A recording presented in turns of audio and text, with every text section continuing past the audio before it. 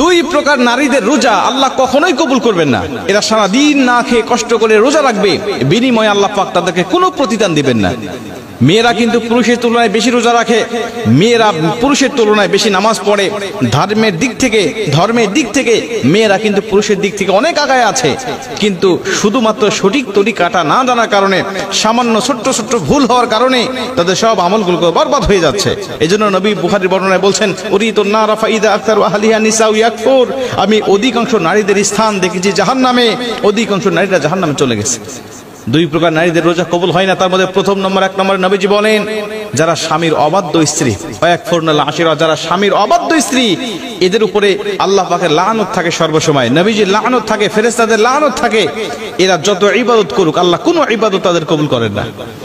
নবীজি সাল্লাল্লাহু আলাইহি ওয়াসাল্লাম বলেন, যাদের উপরে নারাজ রয়েছে স্বামী বৈধ কারণে, এরা যখন কবরে যাবে, এরা যখন হাসরের মাঠে উঠবে, মিজানের পাল্লায় যখন তাদের আমলনামাটা মাপ দেওয়া হবে, দেখা হবে একদম জিরো, তাদের কোনো আমলনামাটা আল্লাহ পাক কবুল করেন নাই, অথচ পাহাড় সমপরিমাণ সওয়াব তারা ইনকাম করেছিল।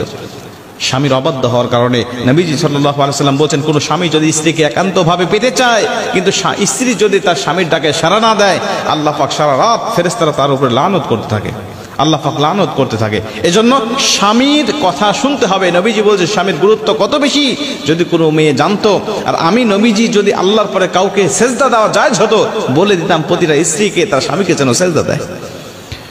মুসলমান ভাইরা আমার, দুই নম্বরে নবীজি সাল্লাল্লাহু আলাইহি ওয়াসাল্লাম বলেন, ওই সমস্ত নারীদের কোনো ইবাদত আল্লাহর দরবারে কবুল হয় না যেই সমস্ত স্ত্রীরা, যেই সমস্ত মেয়েরা বেপর্দায় চলাফেরা করে। আজকে রমজান মাস, দেখবেন মার্কেটে চলে যাবেন, রাস্তাঘাটে বিভিন্ন জায়গায় শপিং মলে দেখতে পাবেন অধিকাংশ জায়গায় বেপর্দা নারীর সরাসরি। বেপর্দা নারী নিজে গুনাহ করে, তার দিকে যে পুরুষ তারায় তাকায় তারও অগণিত গুনাহ উঠতে থাকে।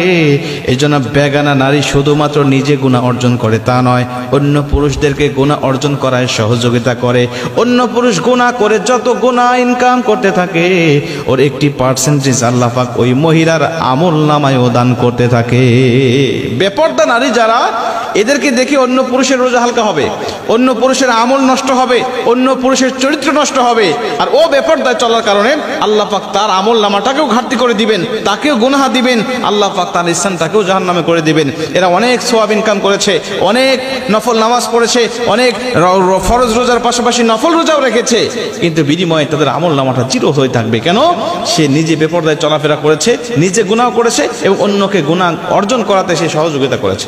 এজন্য আমি আপনাদেরকে অনুরোধ করব, যারা মহিলারা আমার আলোচনা শুনছেন, আপনারা অবশ্যই এই দুইটা বদ অভ্যাস যদি আপনার মধ্যে থেকে থাকে, আপনি বদ অভ্যাসগুলো পরিত্যাগ করেন। আশা করা যায় সারাদিন আপনি না খেয়ে কষ্ট করে রোজা রাখতেছেন, এই রোজাটা আল্লাহ পাক অবশ্যই আপনার কবুল করবেন। কিন্তু যদি এই অভ্যাসগুলো থেকে থাকে, নবীজির হাদিস অনুযায়ী শুধু সারাদিন না খেয়ে কষ্ট করতেছেন, বিনিময়ে